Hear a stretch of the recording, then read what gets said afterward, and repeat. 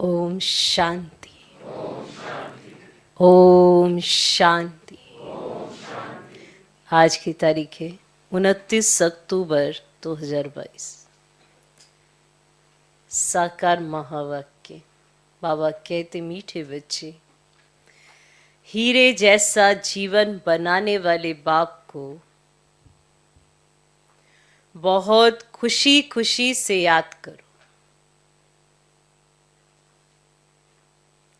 हीरे जैसा जीवन बनाने वाले बाप को बहुत खुशी खुशी से याद करो तो जंग निकल जाएगी।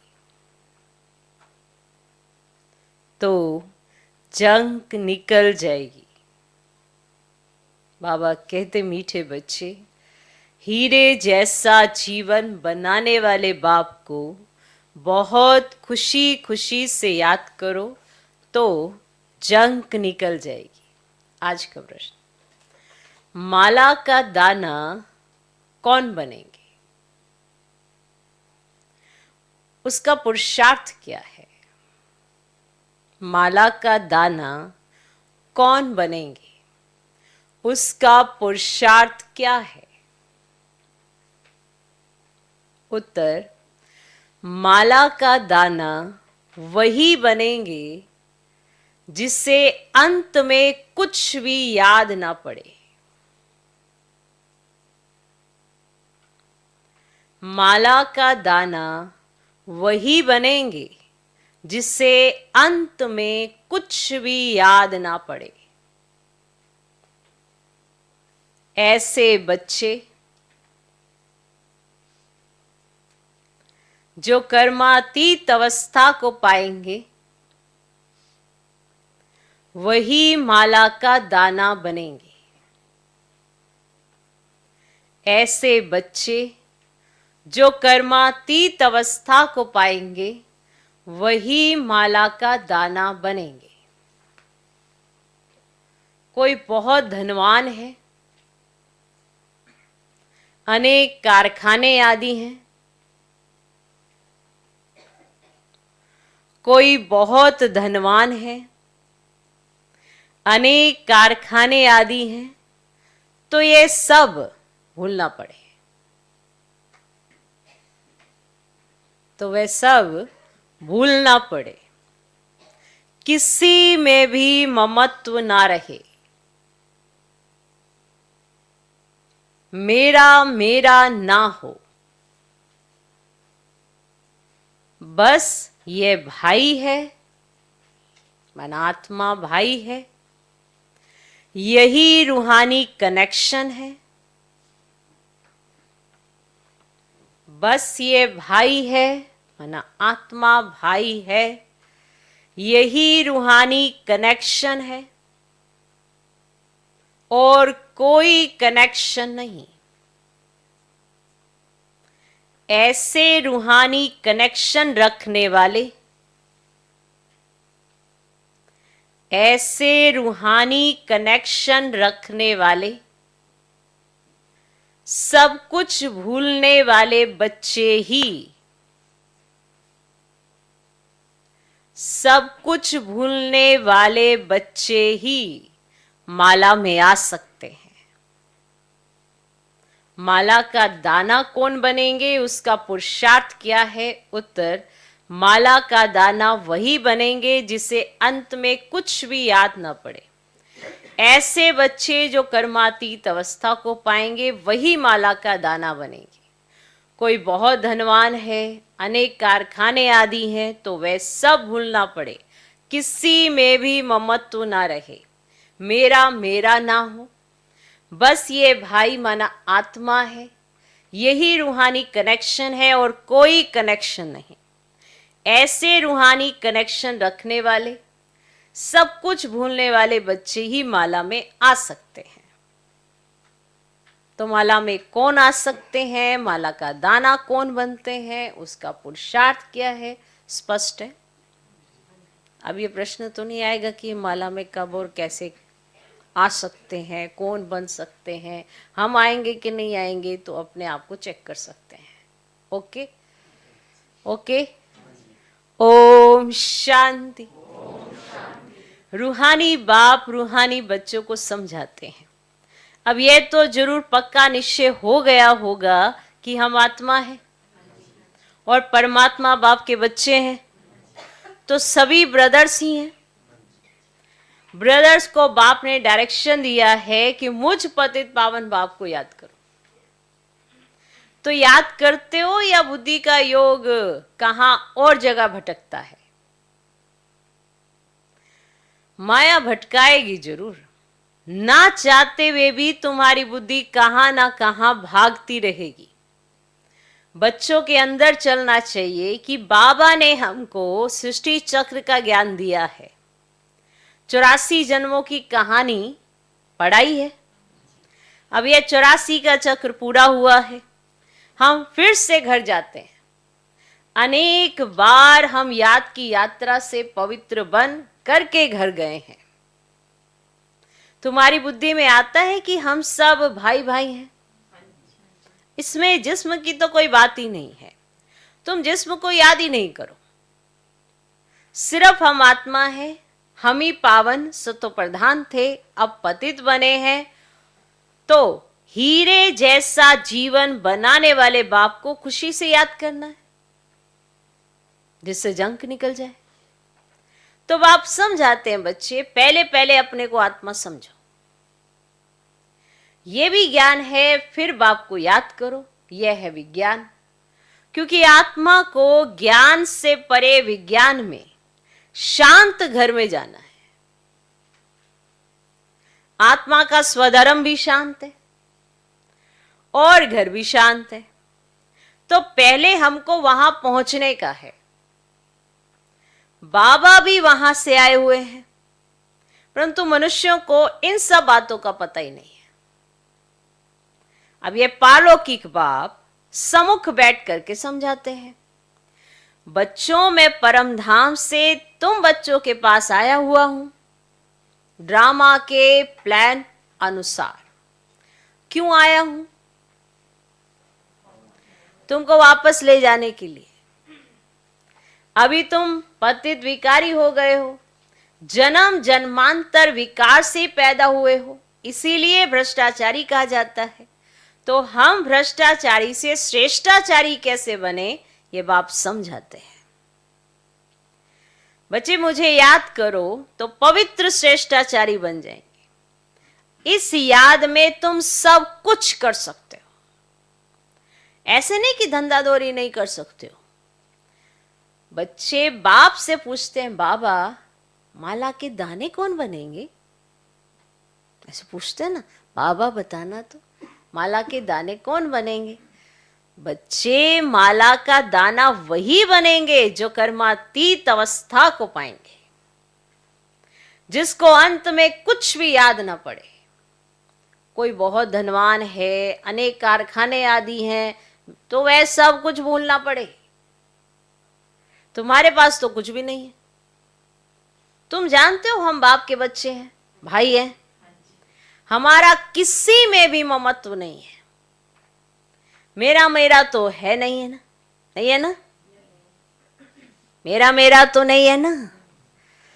बस ये भाई है, यही कनेक्शन है, और कोई कनेक्शन नहीं। इसे कहा जाता है रूहानी कनेक्शन। इतनी सारी आयु तो देही याद आई, आत्मा तो किसको याद ही नहीं आई। ये भी ड्रामा बना हुआ है। तो ये बातें बाप समझाते हैं और पावन बनने के लिए पुरुषार्थ कराते हैं। बाबा तुम बच्चों को टाइम तो देते हैं, देते हैं ना? सिर्फ 8 घंटा मुझे याद करो, वह है हद की सर्विस, ये है सारे वर्ल्ड की सर्विस। जरूर खाएंगे, पिएंगे, सोएंगे, घूमेंगे, ये सब तो करेंगे। सारा दिन तो कोई याद भी नहीं कर सकते हैं। तुम बरोबर अभी बेहद की सर्विस करते हो। तो जैसे बाप विचार सागर मंथन करते हैं ना, ऐसे तुम बच्चों को भी मंथन करना सिखलाते हैं। करण करावन हार है ना, तो तुमको करके ही सिखलाते हैं। पुरुषार्थ करते करते तुम्हारी विजय माला बन जाएगी।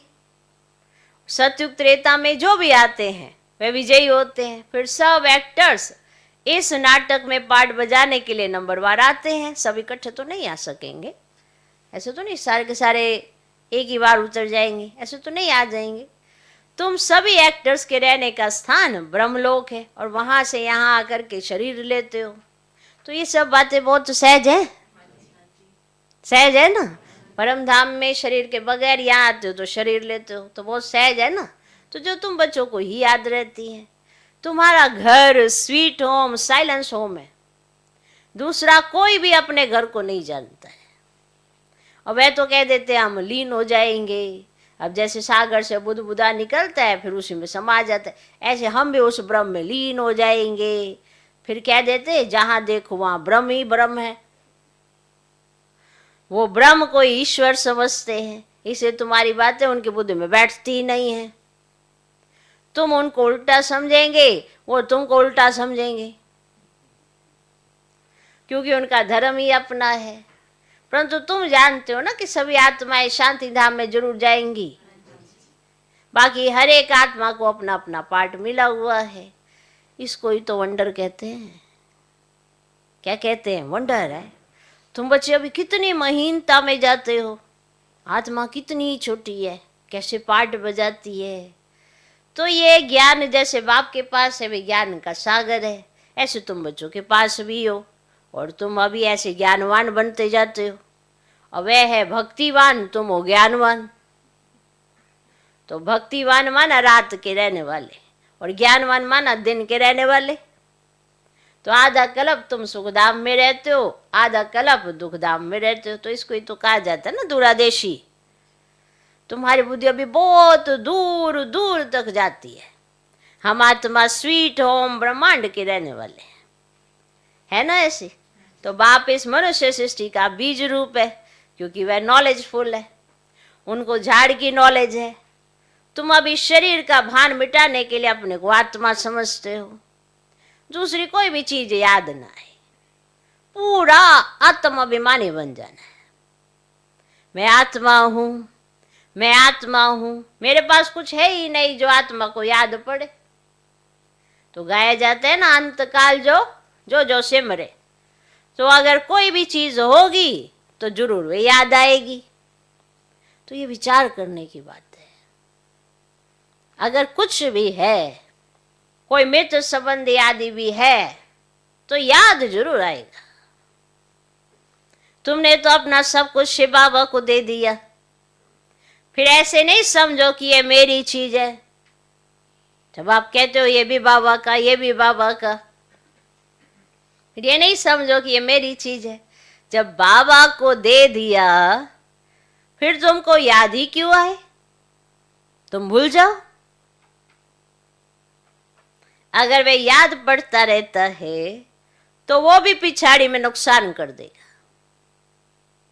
अभी तुमको ये सब नई नई बातें मिलती हैं, पुरानी कोई भी चीज तुम्हारे पास नहीं है। जैसे पुरानी चीजें सब करनी घोर को दे देते हैं ना, ऐसे तुम भी अपना सब कुछ दे देते हो, फिर याद नहीं आनी चाहिए। बस यही याद रहे कि मैं आत्मा माना भाई हूं, बाबा का बच्चा हूं, मेरे पास कुछ भी है ही नहीं, शरीर भी नहीं है। फिर नई दुनिया में सब नई चीजें मिलेंगी, वहां तो हीरे जवाहरातों के महलों में जाएंगे। तो वे भविष्य की बात हुई ना। बाबा पूछते बच्चे तुम क्या बनेंगे? तो बच्चे कहते बाबा हम तो नारायण बनेंगे। अब ये तो खुशी की बात हुई ना। परंतु अभी जब कोई भी पुरानी चीज याद ना आए तब माला का दाना बनेंगे। 108 की माला तो राजाई की है। मंदिरों में फिर 16,108 की भी माला रखी होती है। तो माला के दाने बहुत ही बनेंगे, जितना जल्दी आएंगे उतना सुख पाएंगे। जो पीछे आते हैं उन्होंने इतना सुख नहीं पाया है, उनके लिए थोड़ा टाइम सुख है तो दुख भी कम हो जाएंगे। समझा? थोड़ा सा सुख पाया है, थोड़ा सा दुख ही पाएंगे। तो बाबा कहते बच्चे ये ख्याल रखो कि पिछाड़ी में कुछ भी याद ना आए, कुछ भी याद ना आए।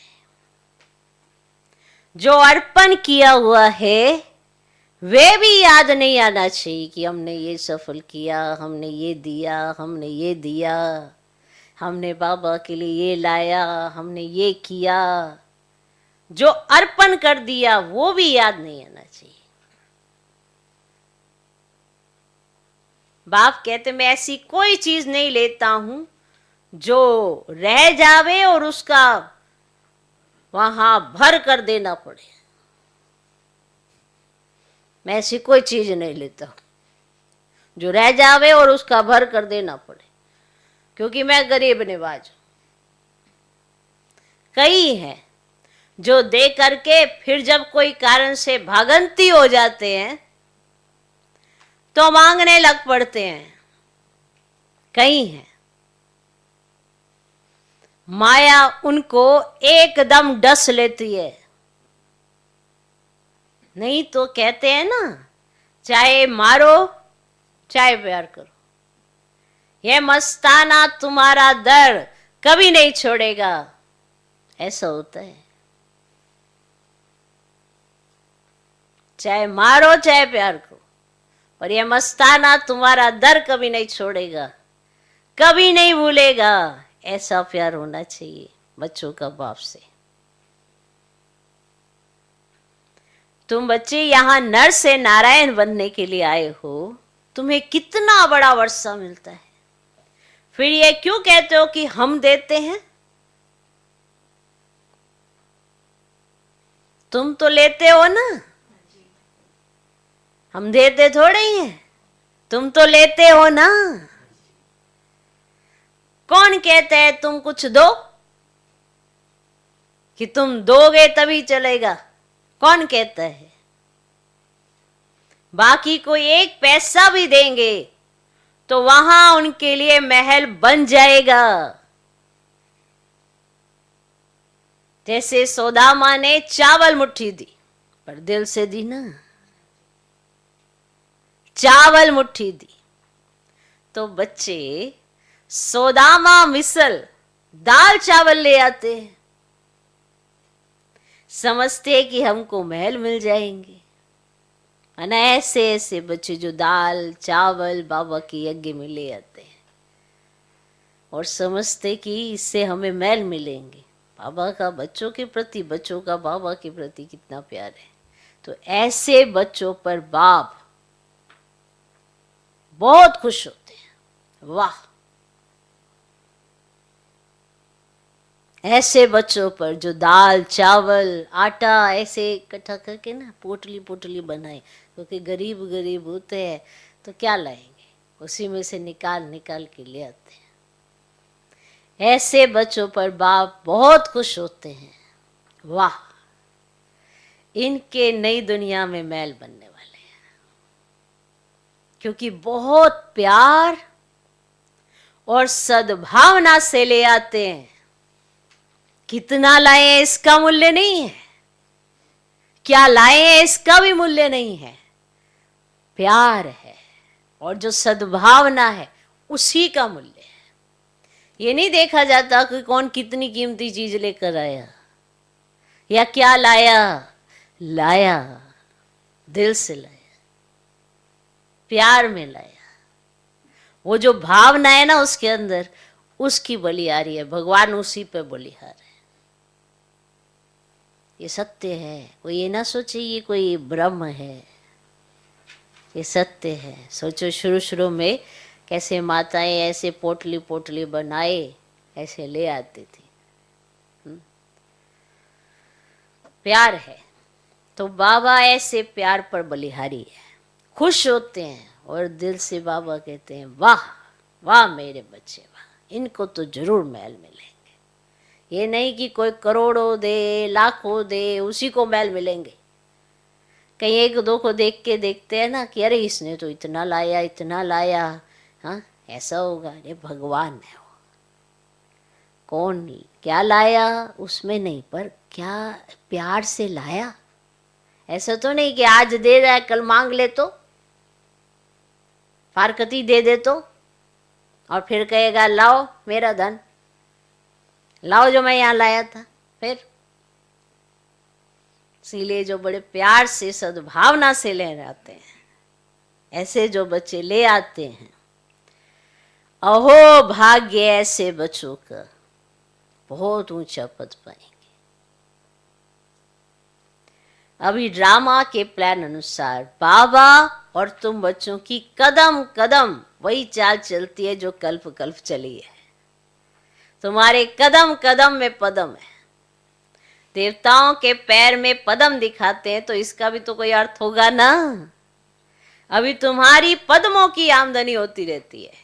तुम बाबा के पास पद्मा पदम पति बनने के लिए आते हो, तो तुम इतने महान महान महान भाग्यशाली हो, महान महान महान भाग्यशाली हो। परंतु उसमें भी फिर नंबरवार पुरुषार्थ अनुसार है। आए तो बाबा के पास महान महान भाग्यशाली, पर उसके बीच में भी जो इस चीज को महसूस कर ले वो पुरुषार्थ होना चाहिए, जो हमें महसूसता भी आए कि हम क्या मिला है। तुम्हारा पुरुषार्थ कल्प कल्प वही ड्रामा के प्लान अनुसार चलता है। जैसे कि ड्रामा तुमको पुरुषार्थ कराता रहता है, ईश्वर भी ड्रामा के अनुसार तुम्हें मत देते हैं, तो ड्रामा के वश हुए ना। फिर ये ड्रामा किसके वश है? बच्चे, ड्रामा अनादि बना हुआ है, ये कोई कह नहीं सकता कि ड्रामा कब बना। ये तो चलता ही रहता है। ड्रामा में नंबर 1 मत मिलती है ईश्वर की, इसीलिए उसको कहा जाता है ईश्वरीय मत, जो तुम्हें देवता बनाती है और मनुष्य की मत छिछी बनाती है। ईश्वरीय मत से तुम मनुष्य से देवता बनते हो, फिर 21 जन्मों के बाद मनुष्य मत से मनुष्य बन जाते हो। अब ये गीता का एपिसोड संगम युग है, जबकि दुनिया बदलती है, तो ये बच्चों की बुद्धि में होना चाहिए। और बच्चों को ना बहुत बहुत मीठा बनना चाहिए, प्यार से चलना होता है। जो बच्चे शांत और मीठे हैं उनका पद भी ऊंचा होगा। ये नहीं सुनता, ये नहीं सुनती, वो नहीं पढ़ता, ये नहीं करते। जब आप अंदर से शांत ही नहीं हो तो आप फिर कहते हैं कि आपके पास तो शक्ति है।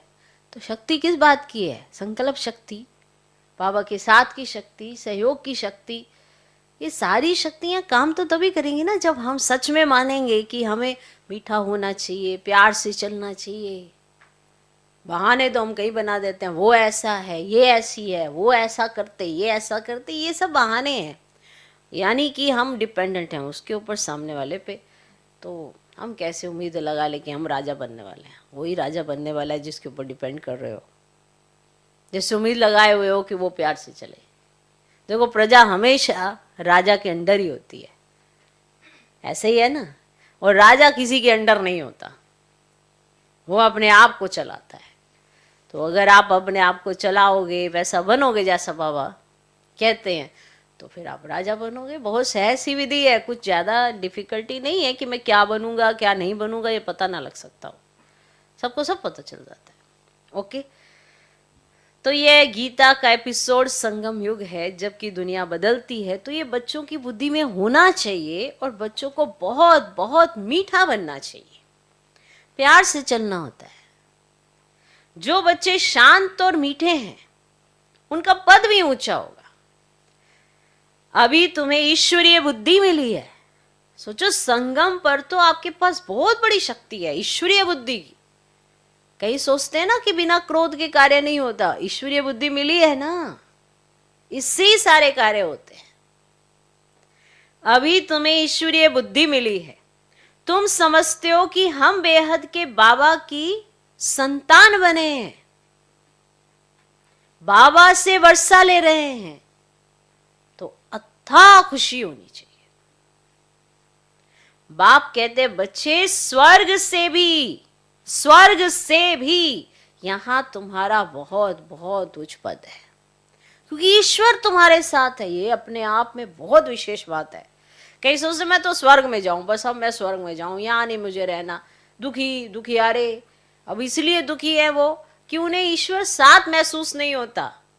ये समय सबसे कीमती है, सतयुग भी इसके आगे कुछ नहीं है,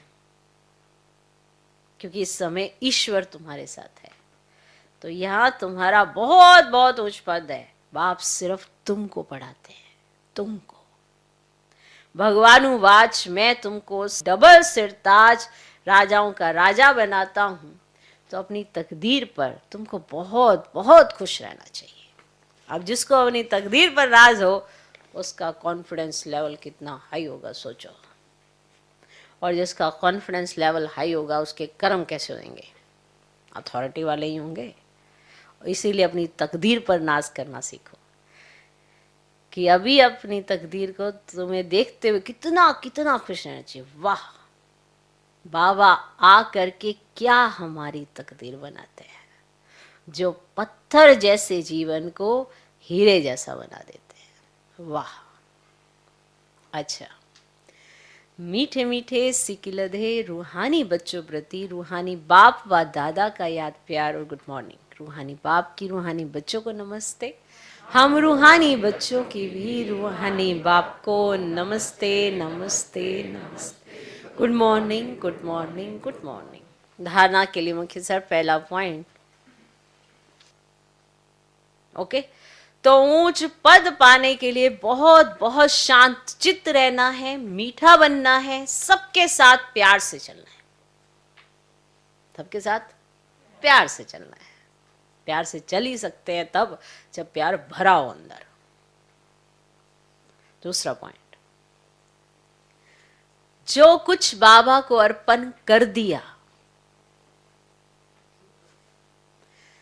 जो कुछ बाबा को अर्पण कर दिया, उसे भूल जाना है। ये नहीं कि ये चीज मैं लाई, ये चीज मैं लाया, ये चीज मैंने लाई।